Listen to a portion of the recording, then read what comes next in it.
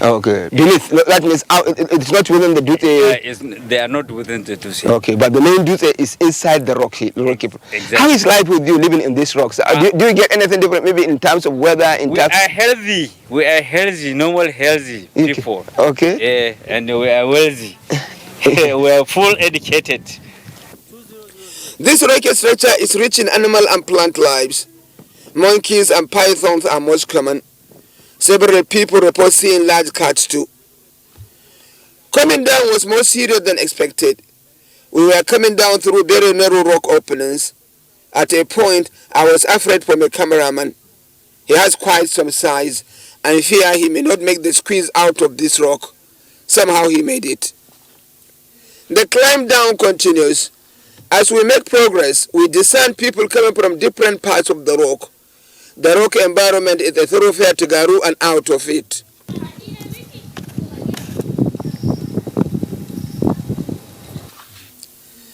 I'm really captured by the beauty of this rock formation.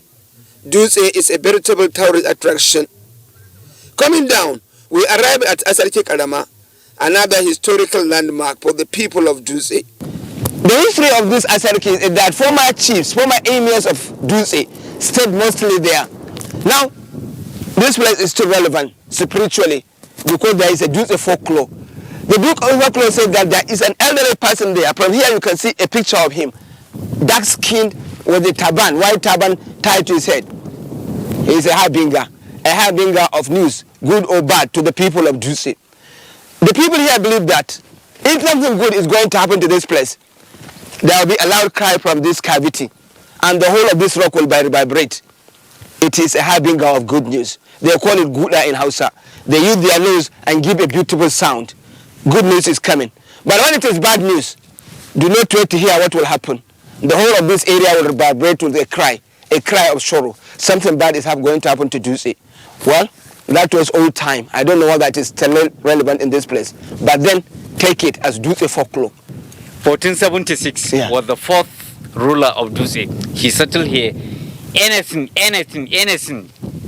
that will happen, this Alhaji Asarki will tell us.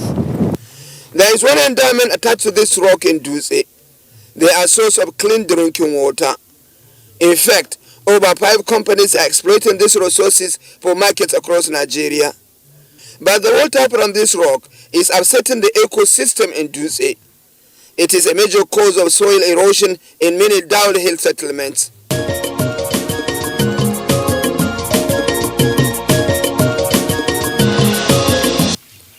Maranjo settlement in Dutse is a settlement of over 20,000 people. Virtually all these people have been forced out of their ancestral homes by erosion. The erosion has its starting point from the foot of the rock, where the motor emanates, and it has really punctured lives of hundreds of people. Its attacks are progressive.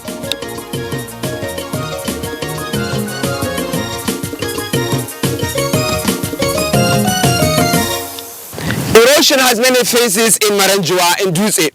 Now, as you are coming down from the hill, because the hill is a footpath, the first thing you are going to meet is an invasive erosion. You can see it as it goes up, winding and going to all other places. But the most dangerous aspect of it is that agricultural land are being consumed by this erosion. And footpaths have almost disappeared. We are not talking of settlements. In Maranjua, there are over 5 settlements. They have all been displaced by erosion. Even trees, hardy as they can be, are given way to erosion. You can look at the cleavage in this place. On both sides is agricultural land. In the center is erosion. Now, what the people here are saying is that about 10 years ago, there was not this erosion. But then it is coming here and it is tearing the land more, which means more agricultural land are being lost to this erosion. We go down to the vast openings created by this erosion. In it, you can see the water running through it, though not much. But it is enough to allow what remains of the settlers here to tap it for drinking and for laundry. We drink this water and we do our laundry with it. Yes, we have tap-borne water. And we have water from the boreholes. We drink this water because it tastes better. We follow this girl to her house and see what she makes of this water. She filters it artificially.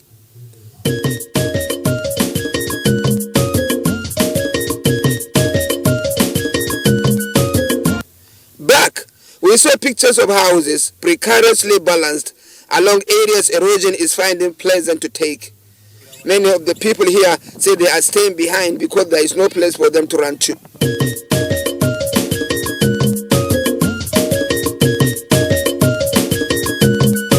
This is a real scenario. When we talk of the invasive nature of the erosion here, you can see how dangerous it is to human settlement. Now look, this is the invasive erosion we have been speaking about. Along this route it has gone so many settlements have gone. But then it is also coming too dangerously close to another settlement. You can see these houses. These houses are in very close proximity with this erosion. These people need more than the grace to be able to survive another year in this place.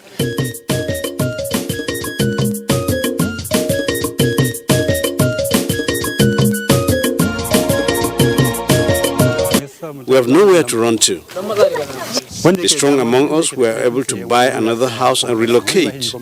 Those without means remained where they are. Can you see these wide crevices? It used to be people's houses. They have all been robbed of their shelter and have moved on. Further than this crevice were settlements too. They have all left. The people carried me to various areas where the erosion has gone with their mosques and houses. In fact, erosion has taken over where they used to bury their dead.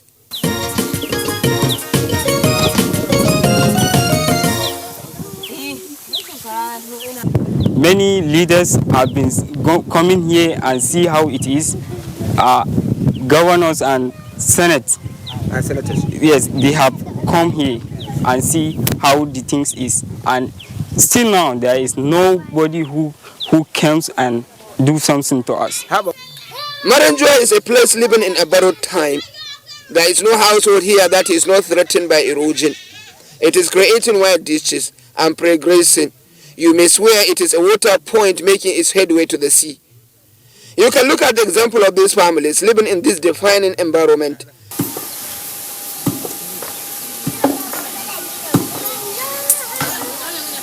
I should like you to appreciate the distance between the houses here and the edge of the erosion here.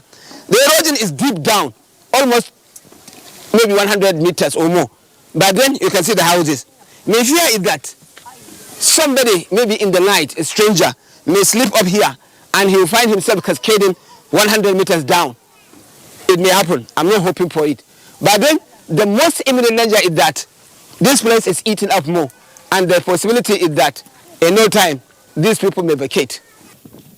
Truly, the people of Maranjua have a rich rock cover, but this cover is exposing them to danger of unimaginable proportion unless something urgent happens.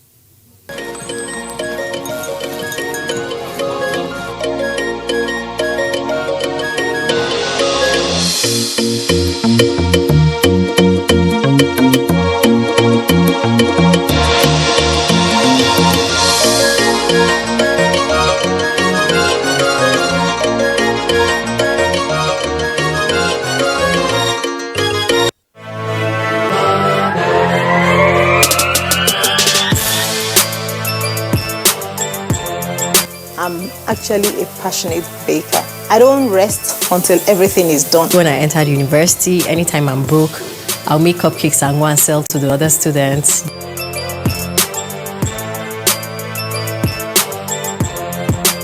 Decorating cake it's an artistic thing, and art is, dynamic.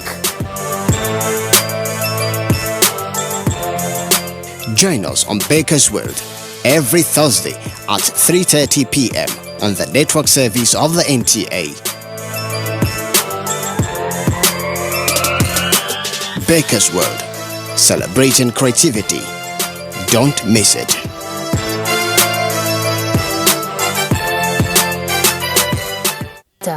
Everyone wants a piece of it. However, creating a unique look gives you the fashion statement you sure deserve. There are lots of creative ways you could transform your denim from being that boring piece to an artistic appeal. Promise Abu is a creative designer. He's about to create an incredibly detailed art on a denim shirt. Let's see how this will be achieved. I'm using all this ink for the design. It's called an acrylic ink. I'm about to do a faded brick design on this cloth. Why it's perfect to use biro is it makes the line projects better because the material it's a dark material. If it's a light material, you could use your pencil.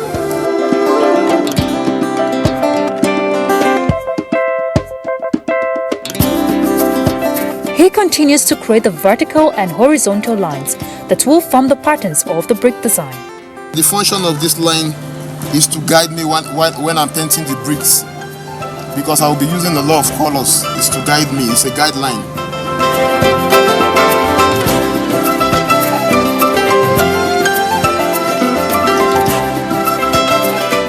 Now the painting commences, and this will take a longer time.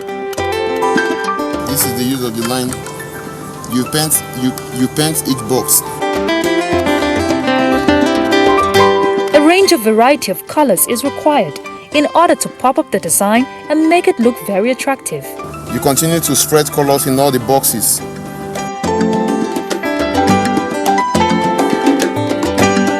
These are yellow acrylic yellow.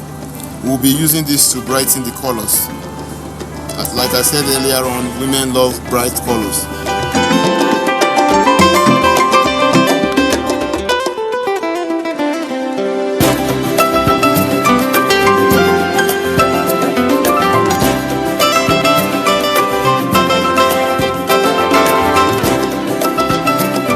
Highlighting some of the deep colors with white is to make it a bit brighter.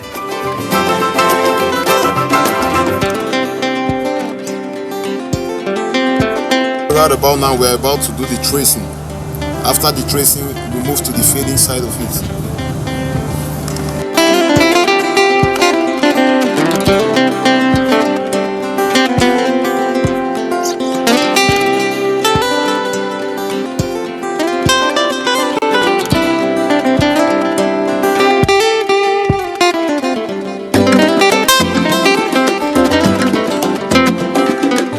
Moving to the fading level. I will be fading all this brick right now. Okay, it's done this way. You use the brush. You use your brush to shade. It's like using your pencil to shade on the paper. You shade different edges. You shade different parts of it. You do it randomly.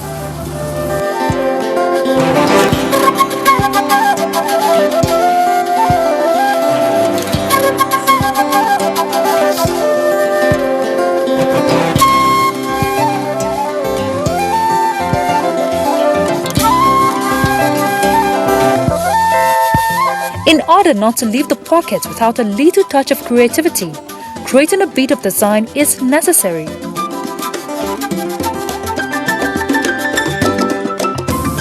I like to dry for a while.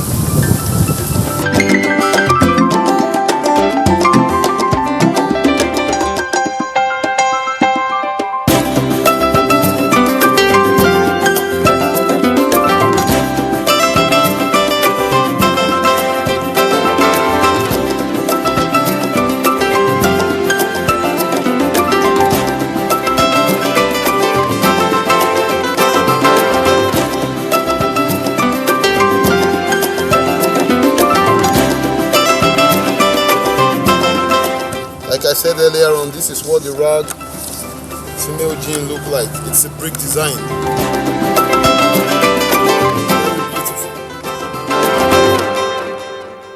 Isn't it quite fascinating how artists are known to create a world of their own by turning anything ordinary into extraordinary? This is one artistic piece that explores man's ingenuity and speaks volume of high fashion statement. Art is anything.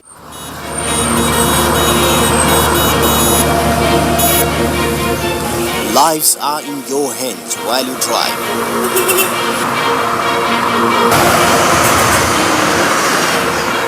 Protect yourself and others on the road. Road Matters, shown on the network service of the NTA. every Thursday at 11 a.m. Join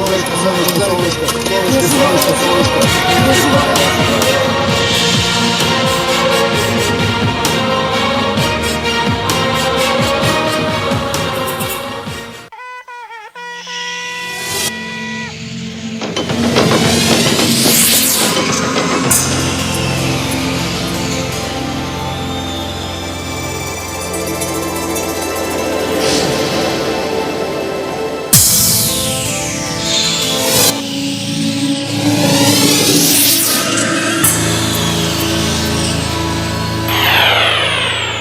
NTA, you can't beat the rich.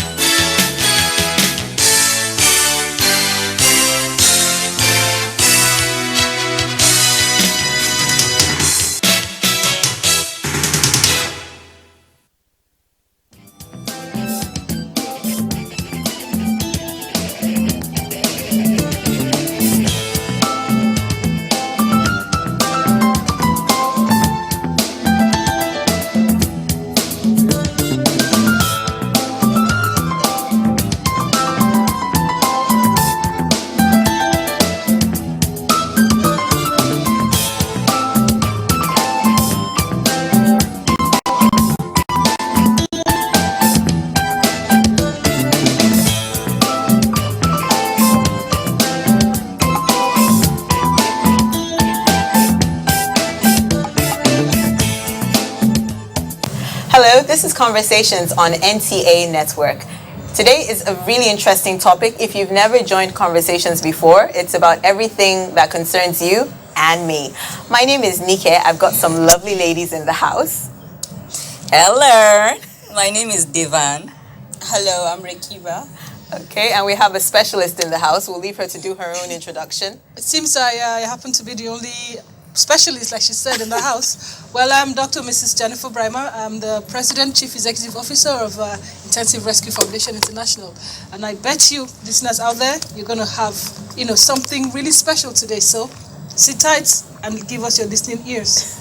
Well, today we're talking about personal hygiene, keeping it clean at all times. I think if we have enough time, we can cover hair, nails, skin, and pretty much everything in between. But before we get into that, we have a small feature we'd like you to watch. We'll be right back after this.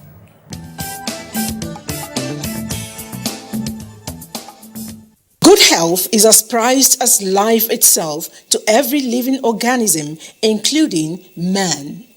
Good personal hygiene remains pivotal if this must be achieved.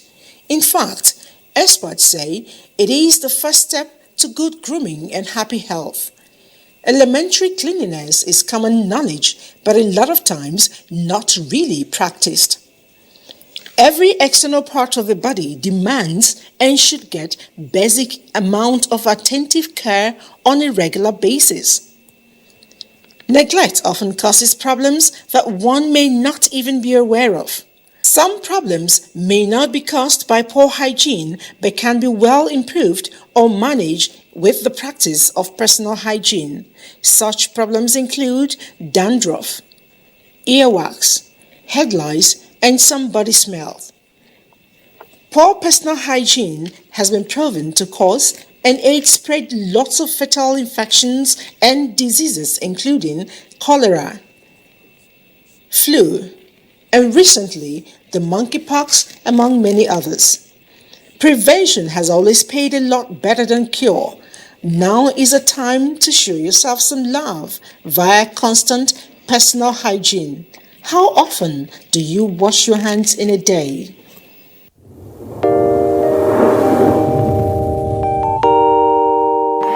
When there's a child out there is not getting the same that your own child is getting, the difference will tell, and there will come a time in the society where that child is going to take his pound of flesh. Where you can actually, everything from watching a program with the child, you can start up the conversation from something on the TV and say, oh, you know. For me, it's like, hurry up with this business. And the other one said, Auntie, it's not about me, it's about the guys. They're not ready to marry. Yes. If she wants to ask something, no, I know my mother very well. In fact, the most interesting one is when I put up pictures on WhatsApp, you know, Snapchat filters and all that, she will call me, remove that picture. There was a day I got tired of all that and I said,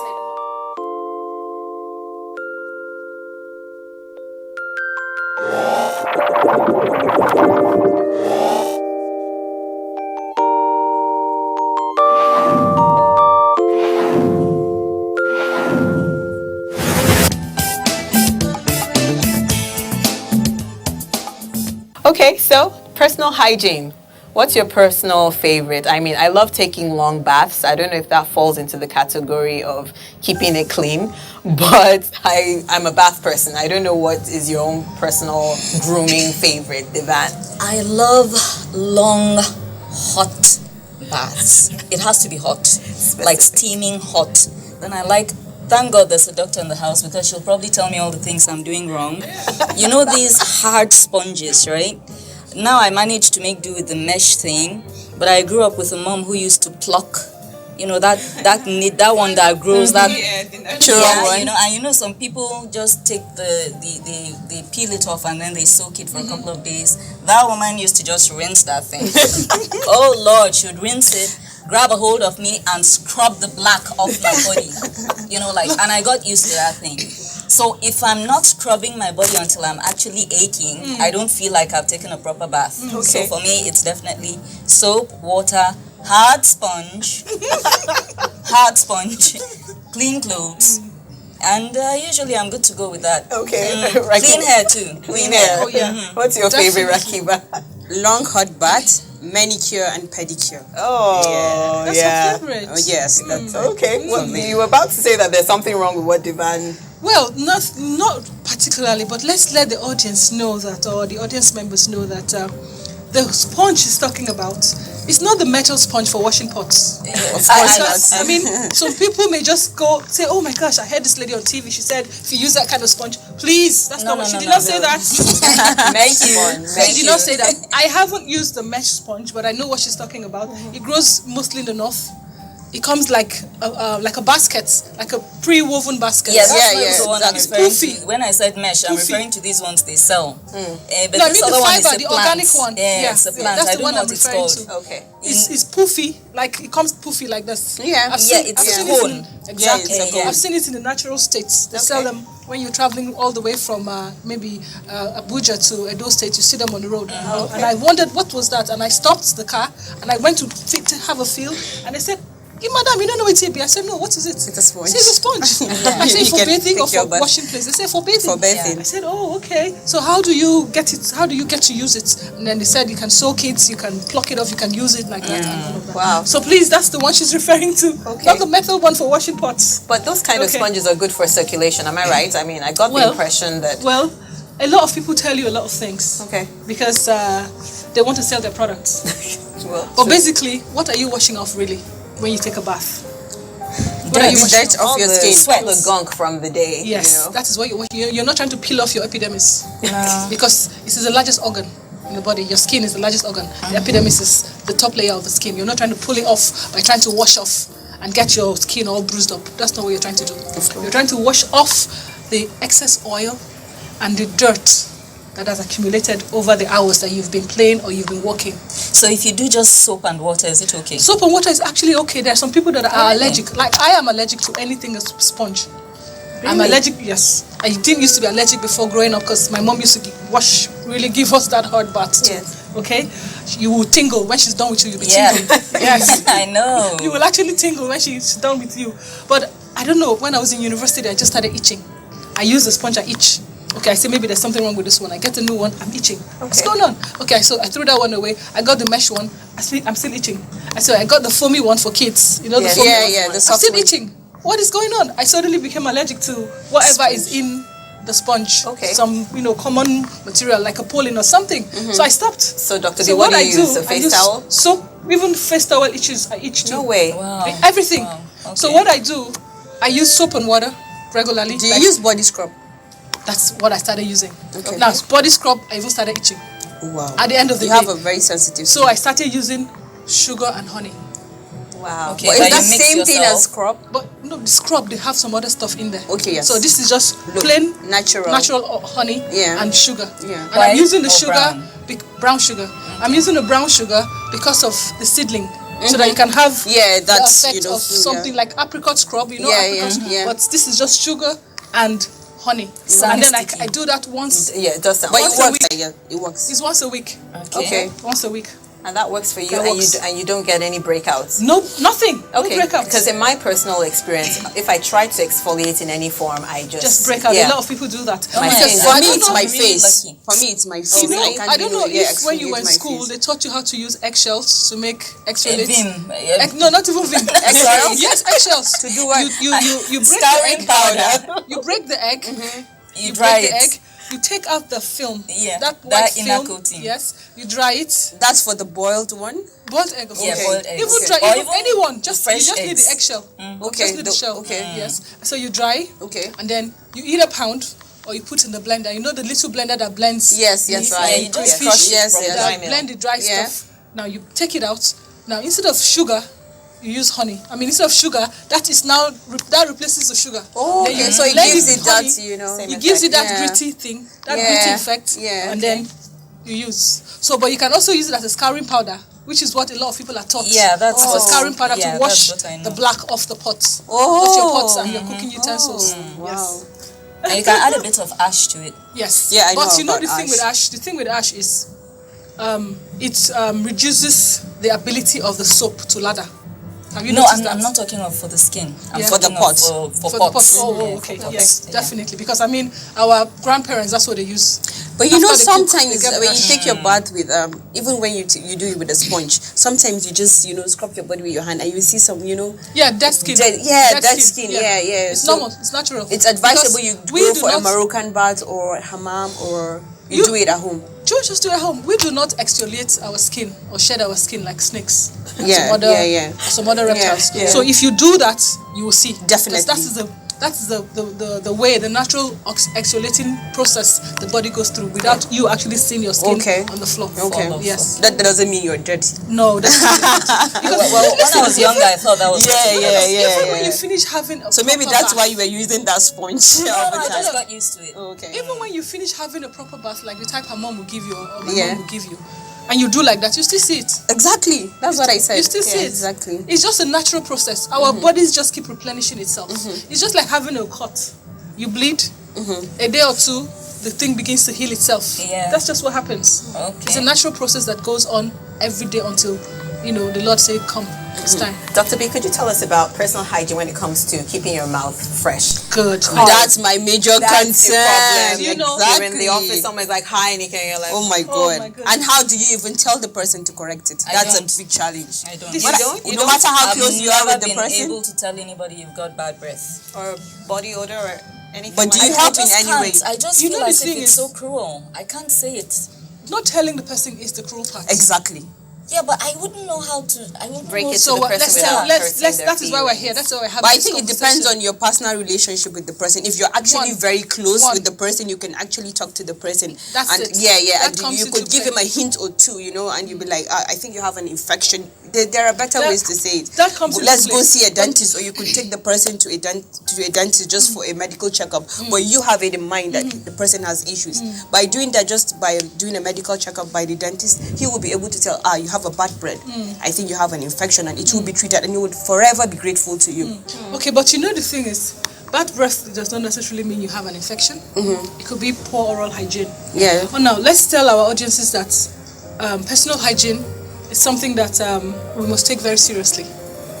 And what is personal hygiene per se? It is a set of practices or principles that we engage in order to maintain cleanliness and to be socially acceptable to our peers and to colleagues and to people we meet along the way. And so for us to be able to maintain, personal hygiene and cleanliness, it is also a process or a way of preventing and avoiding disease states. Yeah. And so as we're maintaining our personal hygiene, we're promoting health and well-being.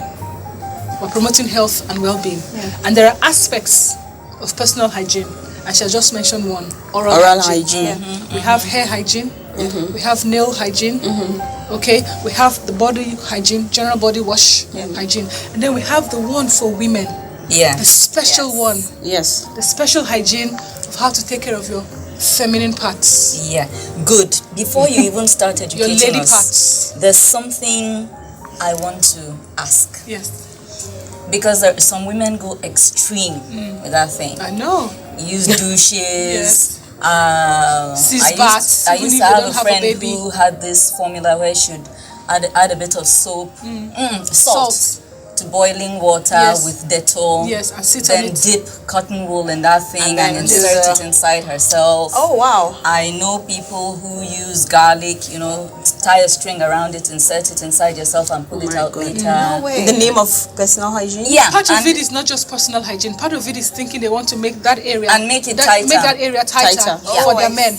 Yeah, but apart from that, I now read somewhere to my shock that you're not even supposed to use soap. Yeah.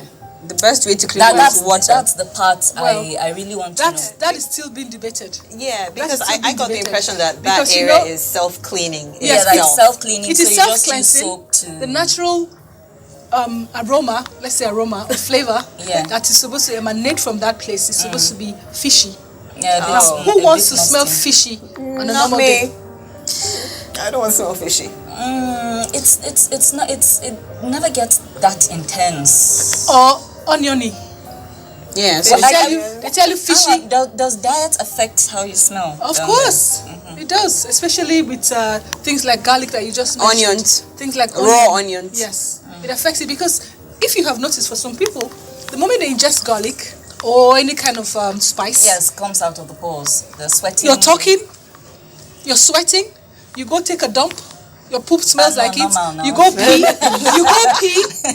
your pee smells of it. Yes. You fart, it smells of it. So we have to be careful in as much as they say all of these spices are supposed to help the immune system. Yes. Yeah, that's we have to be careful. And the thing is, we are guilty of not being able to moderate everything in moderation. Okay. If we can do everything in moderation, then we will not have much of a problem. So do you recommend douching? Douching is something that if you do properly, it's okay. Define it. Douching, there are products for douching. You go get the douche product itself, the douche bag. Mm-hmm. This is not, an insult or a shade. There's something called that's the where douche. It came from. Yes, there's something called the douche bag. Okay. You go get it, then you follow the instructions. Okay. But how often are you supposed to do it? That's the problem. People want to douche every day. You don't douche every day. Once a week. Can you do it after your menstrual cycle or? Once a week. Okay. Once every 2 weeks. Some people prefer to do it once every 2 weeks because that is when their period comes and goes. Yes. Okay. 2 weeks. That the whole place is clean. But the thing with doing it after your period is this: you need to be certain of when your period starts and when it stops, because you cannot do it when your period is still trickling off. Okay. Yeah, it has to be completely. The purpose is defeated, right? Yes, because if you do it when your period is still trickling off, you go back and do it again twice in a day or twice in 2 days. Sure. And you're not supposed to do that. And you know that our feminine part, our lady part, it has a specific pH. Yeah. That it is supposed to maintain. pH balance. Now, if the pH is off kilter, then you start to notice foul-smelling odors and discharge. And then you're saying to yourself, but I just douched this thing. Yeah, but I thought that was all about infection. That is what I'm saying. When you get the pH off kilter, it gives the natural occurring bacteria the opportunity to grow. Because when you have maintained the pH of that area, the bacteria cannot grow. Yes. Candidiasis cannot thrive in there. Yes. If you maintain the natural pH. Yes. It is when the pH is off kilter. Is actually about the pH balance not being proper. Yes. It's not a toilet disease. You don't get it from the toilet. So why just exacerbates it? Did it become a toilet? People just say it exacerbates it. Oh, I see. A dirty toilet exacerbates it. But there's this debate about feminine wash that usually ladies use, depending on the pH balance. Yes. Because they usually write it on the. They'll write it there for you. Yes. Some people say it makes you. Constant use makes you dry, and some people say it's it tempers with the pH. And allows infection to set in. Exactly. So what do you do? Do you use it or do you stop using it? That's what I just said just now. In moderation. People are freaking out. They want to be so clean down there. They're hurting themselves. Wow. They're hurting Some people themselves. have OCD actually. Yes, obsessive compulsive disorder. When it comes OCD, to down they there, use it you watch, every, and you know every the thing is, our lady parts or our feminine parts is so sensitive. Very, very. It is highly vascularized. What does that mean? It means that it has a lot of blood vessels. vessels. Any little thing you do to it starts bleeding. But the good thing about the parts being highly vascularized is that it heals quickly too. Okay. It heals quickly too. So you do not want to mess it up. Okay. Because take example now. You douche so hard. The place is dry. The place is hurting you. Yeah. You even see specks of blood. Yeah. And later that night, Oga says, "Oh, I'm ready for you today." What are you going to tell Oga? I'm not ready for I'm not ready for Oga say you have been chasing me around the room for these past days, and today I'm ready for you. You say you're not ready. We should be able to have that conversation. I'll just that's a different conversation altogether. You tell Oga that you were cleaning it for him and you cleaned too hard, so he should keep his thing first. You know what? Let me speak for the women that are not team douche or team feminine wash. Just team water. Is there something that we can eat or cannot eat to help keep that place nice and... Okay, for me, I don't believe in what you can eat, what you cannot eat to keep the place nice. For me, I believe in balanced diets. Eat your balanced diets, lots of fruits and vegetables, lots of proteins, minimize your carbohydrates, you know, especially as you're getting older, you do not want to pack on the pounds. All right. Now, just keep that place clean. You have a bath in the morning, you have a bath in the evening, you should be able to keep that place clean. And I say to ladies, if you have such a demanding job that you come home, you just want to hit the sack, please do two things first. Take off your makeup. Sure. And if you're so tired you can't have a bath, sit in your bath in the toilet, WC, or squat in the jacuzzi or in your bathtub or in your shower. Get a bucket of water or pull the shower head, face down there, give it a good wash, even without soap, and go to bed. Don't go to bed. Don't go to bed with that place the way it was when you left in the morning. Because even you, when you wake up in the morning and you go take a pee, you will hold your nose and it is your body. So if you can perceive it and it's uncomfortable, what about the person next door?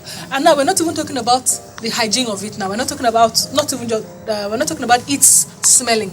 We're talking about subsequently, because poor hygiene down there is one of the risk factors to developing cervical cancer.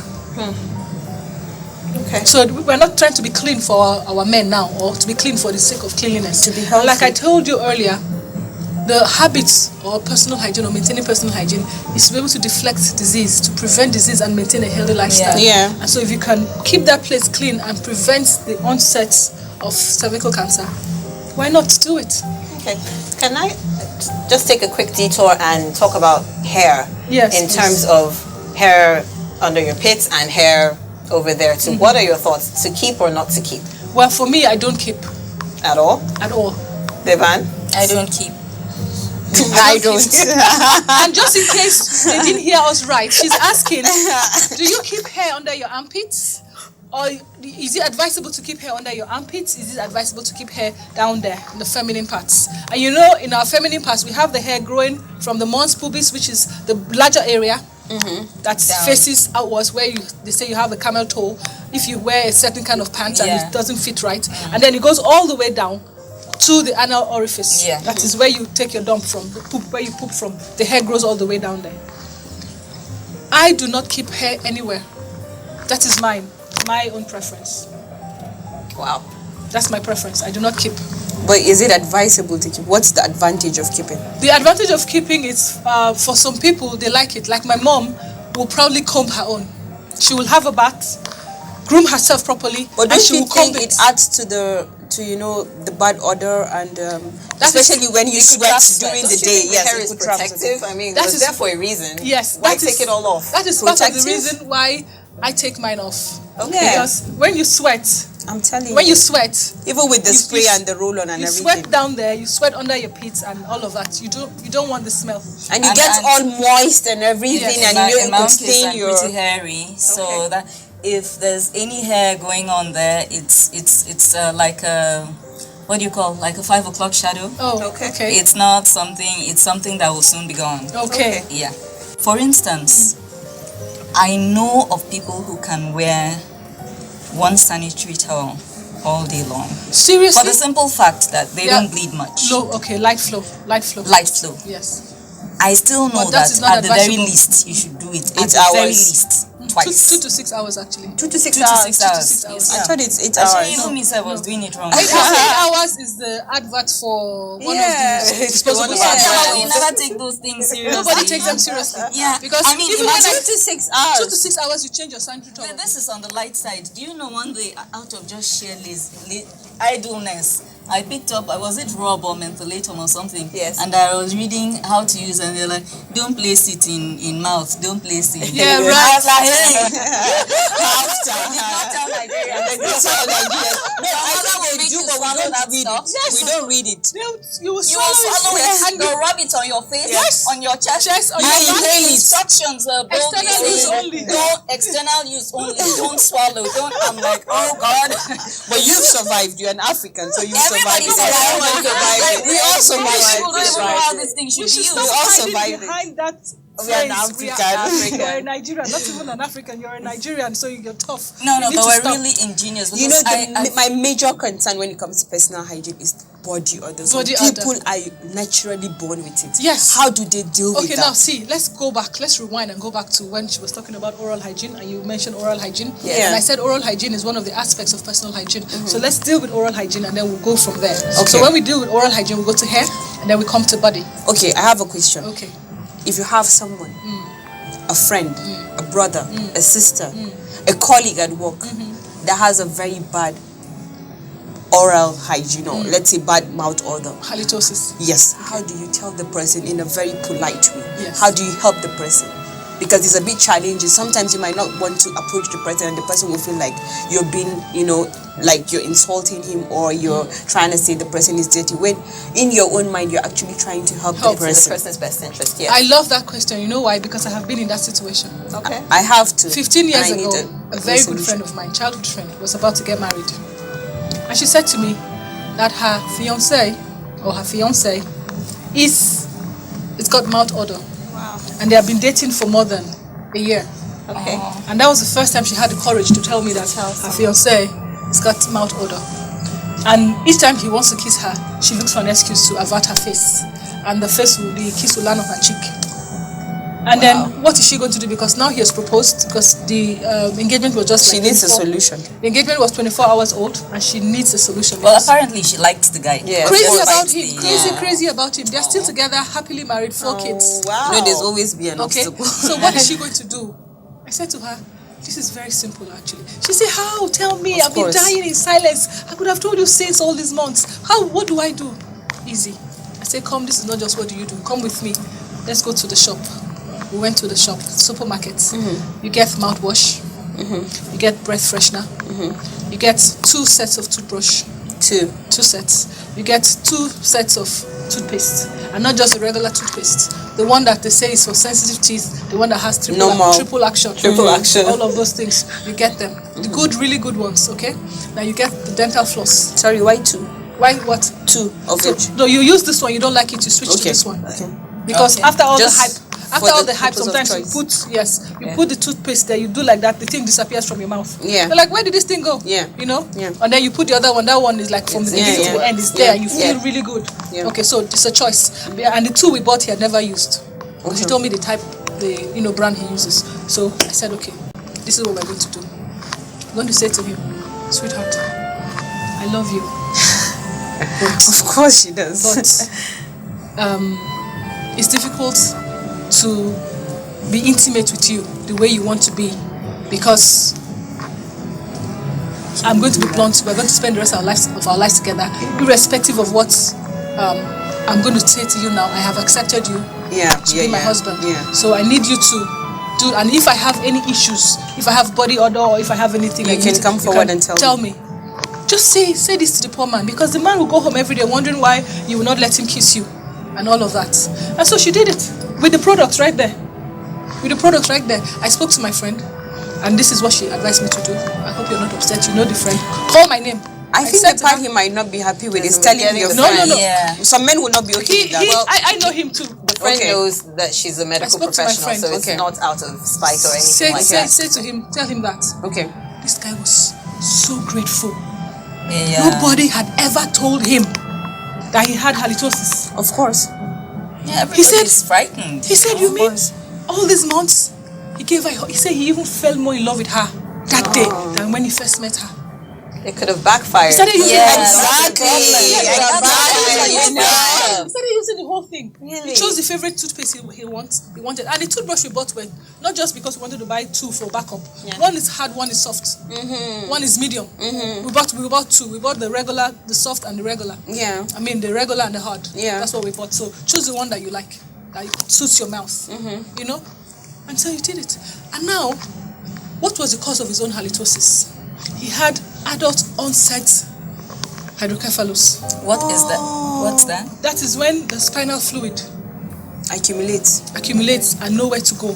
For kids, because their skull has not fused, you see it starts bloating up. Okay. But for adults, it starts, you have constant headache. And so they had to go put, let's say a pipe, layman's term, to drain it into the abdomen. Yeah. Connect, and that's how they did it for him. And he never knew he had hydrocephalus. It was even because he wasn't well. No. But he was saying that may be it. And I said I don't. Well, he knew he had hydrocephalus. Oh, but he went through the surgery. Okay. Before she told him. Yes. Okay, so when she told him, he said was it may thinking be that it might be as a result of that. Then he used that opportunity to tell her about his medical condition. You see? It's all about communicating. And then she was scared. She said, "Oh my God, he may just fall down and die." Telling them something she came. That's she said, pretty deep. "He may just fall down and die." I said, "See, he loves you. He's scared you may run away if you find out and all of that." Wow. The onus is on you to educate yourself. Pull up, go to Google. Yeah, you should have told me that before proposing. Yeah. Google and all of that. But would that have influenced her? That had nothing to do with his halitosis. But it was just an opening for him to tell her about his medical condition. So for me, it worked for them. Yeah, both of them. They're still together, happy. Nobody's ill. Nobody has died. No emergencies. Okay, and the halitosis is gone. Yes. I'm really hoping that this is an avenue for some people out there to take a hint. Take a hint. Find out for yourself what is the self-test to know if you have bad breath. Oh, that is really simple. It's really simple. Yes. Don't use your hand and do ha ha ha. Yeah, that's what I do. That is the easiest. That is the easiest thing to do. If you want to know if you have bad breath, okay, brush your teeth. Give it an hour. Get the face mask that surgeons use. Okay. Or get a handkerchief. Handkerchief is easy to get, or any light cloth in the house. Pull it like a bandit from your face to the back and tie, and into it. Somebody told me you lick the back of your hand and smell it. You can do that too. You can smell it from your saliva. You can do that too. I don't know. Will I know if I have bad breath? You will smell it. You will smell it. But for those people that have living with bad breath, don't they feel that they have bad breath? This is now coming from the outside. How? So you don't know. But I smell it already, so it used to. Well, the people that don't smell it, I don't know what's wrong. But and sometimes there's this thing, this whitish thing that comes to the angle of what's that? Yeah, but because I think your saliva is thick. Yeah, and then it kicks up around. And you talk and it just comes out. Yes, I know people who. Is there anything they can do about it? But I think sometimes infection, you leak. There could be an issue of infection. You leak and then you clean up. Could there be an infection? Some people that are very bad with keeping that. If you know you have that. You should be self-conscious. You should be very conscious. Yeah, the way you're speaking because sometimes it comes out like milk or. Dr. B, what are your thoughts on shaving creams? I'm going back to hair. Sorry. The thing with shaving creams is, it's back to the allergy thing and back to the accumulated effect of developing a cancer in future. Because even the talc powder that we use from, I don't want to name the brand now. Yes. They have class action cases in court from cancers as a result of all of that. But shaving creams is what men use mostly for their beards, and women also use it, especially for the armpits. Some people even go as far as doing it down there. People do. But for people, for people in the developed world, what they prefer to use down there is wax. No, wax. Wax. Oh yes.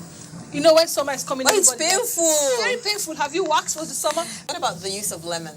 Oh, lemon is good. What? Yeah, for bathing because especially to keep your lady parts clean. Yeah. Yes. But so what do? You squeeze some of it onto the water. Yes. Oh, okay. Onto the water. It's like a disinfectant. And people say it's a bit too harsh. Some people are like, but it's just a drop. Just a drop. Not the whole. You know, can you do it like every day? If you even put more than a drop and you put it in there, it starts to smart. Yeah.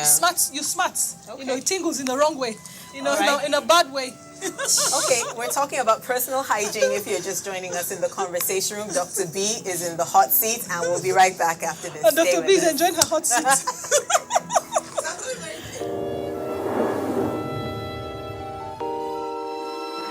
When there's a child out there that's not getting the same that your own child is getting, the difference will tell, and there will come a time in the society where that child is going to take his pound of flesh. Where you can actually, everything from watching a program with the child, you can start up the conversation from something on the TV and say, oh, you know.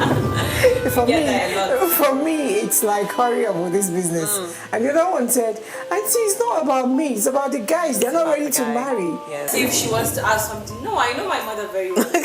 In fact, the most interesting one is when I put up pictures on WhatsApp, you know, Snapchat filters and all that, she will call me, remove that picture. There was a day I got tired of all that and I said,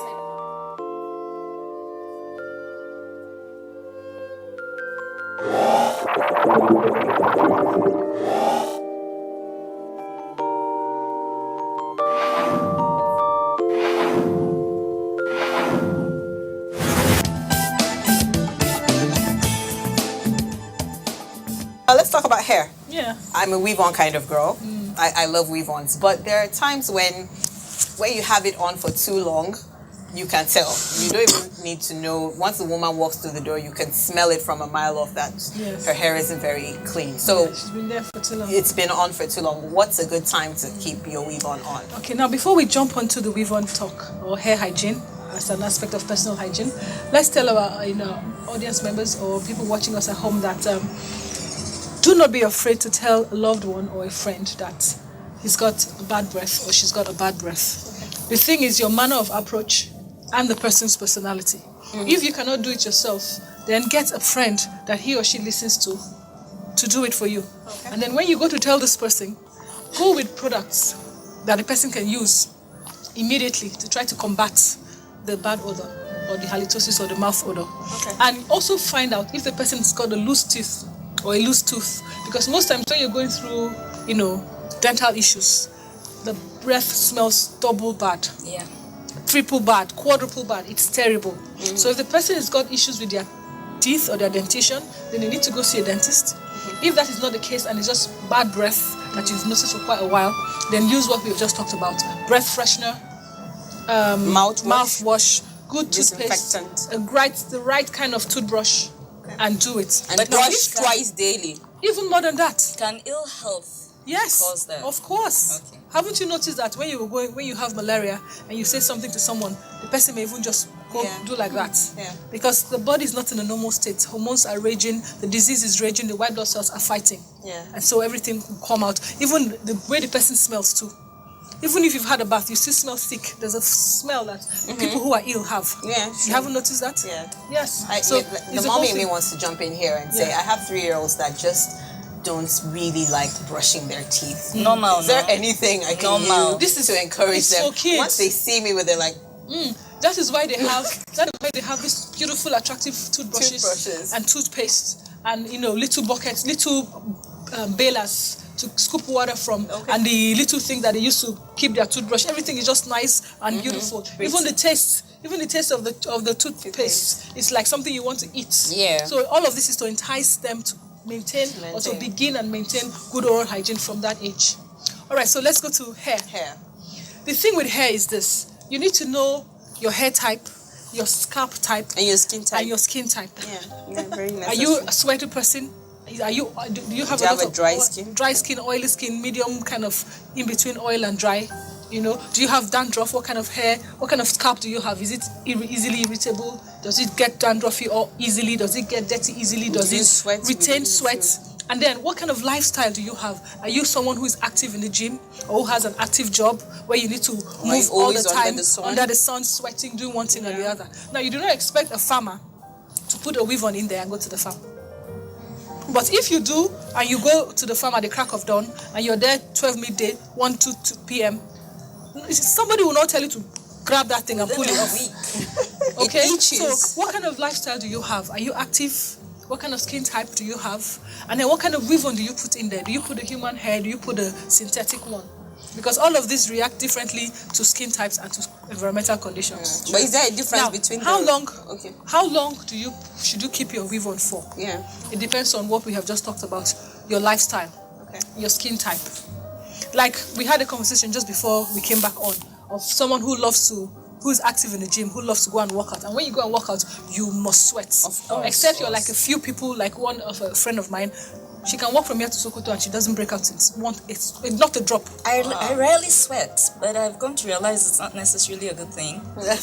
She can walk from Abuja to Sokoto and she will not break out. Not even a drop. There are people like that. It's a medical condition.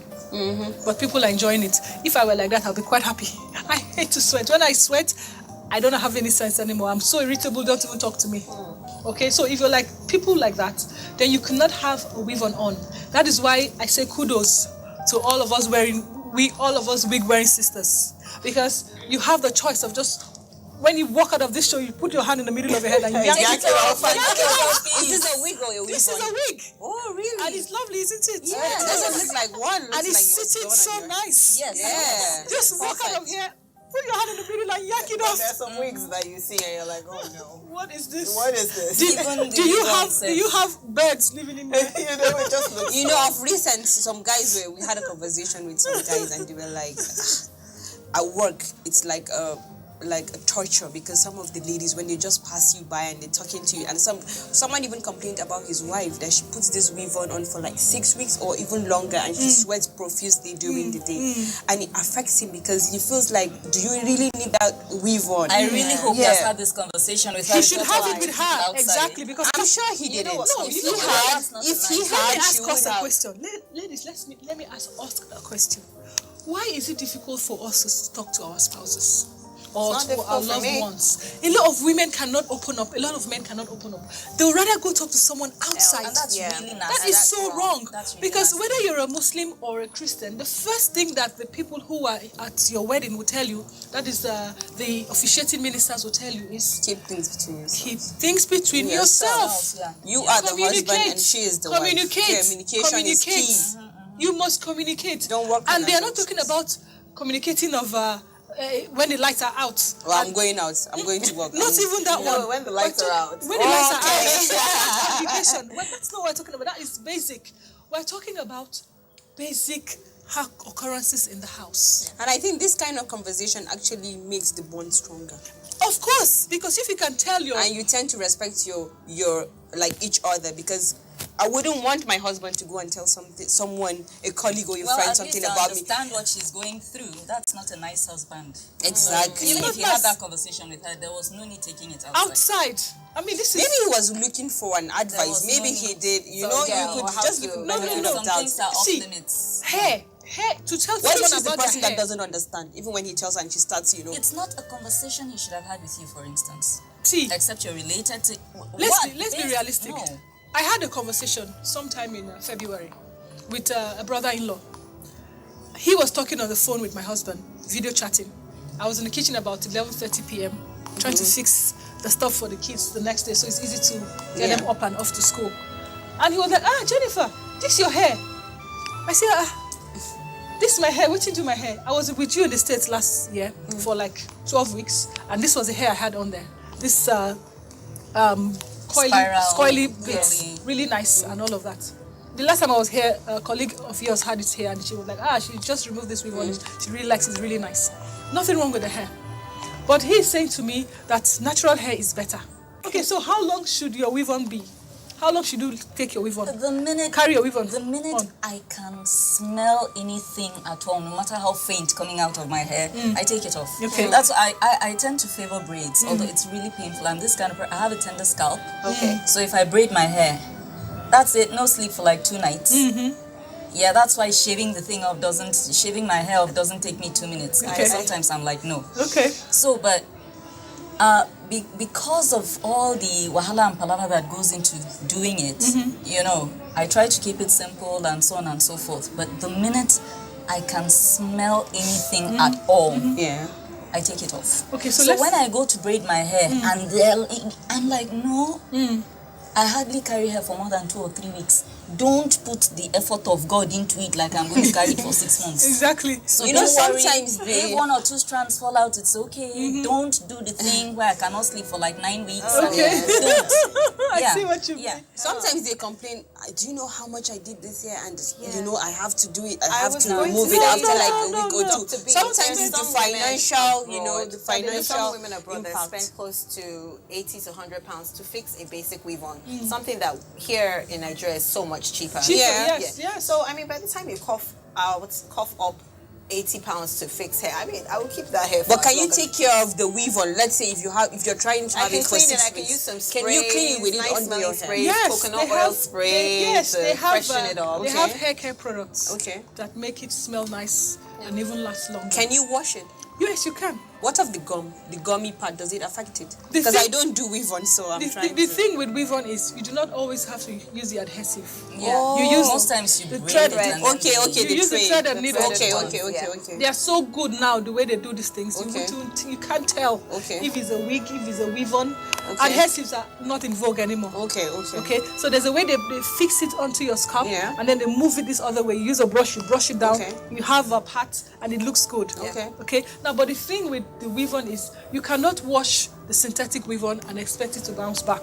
Yeah, that's the rubber type. The rubber type. Oh, that's the one that smells You wash horrible. the synthetic weave-on. I'm telling you, it doesn't bounce back. It looks like rat's tails, like that. So it's the human hair that survives. The human hair survives, and it's very expensive. It's very expensive. Not everybody can afford that. The thing with maintaining your hair is this: if you can afford the synthetic ones, they are not too expensive. Yeah, they're quite cheap. They're quite cheap, and because they're quite cheap, you can change them as often as as you want.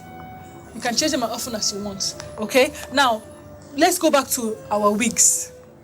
For people who have active lifestyles that swim and run and walk and power walk and all of that, that's a just better option. stick to the wigs. That would be me, the power walking person. Is that a wig? It's a wig. Are you serious? Wig she's wearing. I've got twins. And it sits perfect running up and down in the house. I can't sit down for 4 hours. When I saw it, I was like, But if you're running after them, does it come off? No. You have the what's it called? The bands. Okay, that secure it. Yeah, you have the secure band. So you put it on, you secure the bands. And you know the one I like most recently now that I see is the one with the million base. Because sometimes I'll be like, how do you sit and do this for like 10 hours? They tell you it's a wig. Yeah, and they'll be like, it's a wig. Yes, we're evolving actually. And that makes it better. Ladies out there, if you do not have a wig and you think it's expensive, do your research. I will tell you what I found out yesterday. Someone said to me, if you give me 30,000, okay, the first shop was like 45,000. I'll make you this. I was admiring this beautiful million, braids on a wig. They were still doing it. 40,000. I said, oh, that's nice, really nice. And I said to myself, I know what I can do with 40,000. I can easily give it to them. For that, no. Yeah. So some other shop, like 2-3 weeks later, the person said 25,000. Yesterday, I saw a young lady with this beautiful wig, $1 million braids.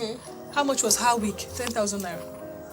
I'm sure you went for it. 10,000 naira. It's really an investment. Of course. But maybe there could be a difference, the texture, the quality.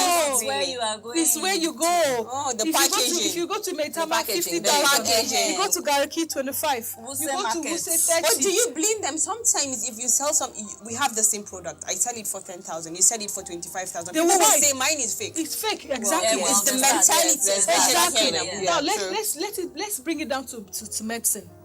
An organization where I used to work, we offer family planning services. Because these family planning services come from the United Nations, one of the United Nations subsidiaries, it's highly subsidized. Now, for the injectables that last every 3 months, it's 50 naira a shot. Wow. So 200 naira a year. Oh, wow. For the implants is 800 naira for the one that lasts for 3 years and 1,000 naira for the one that lasts for 5 years. Do you know that in 2 or 3 private hospitals here in Abuja, the implant is going for 85,000 naira? No way. The other hospital is giving it for 150,000. I'm not even surprised. The exact same product? Or the exact I'm not even surprised. Sweetheart, the exact same product that were bought from us and taken to this private hospital. But why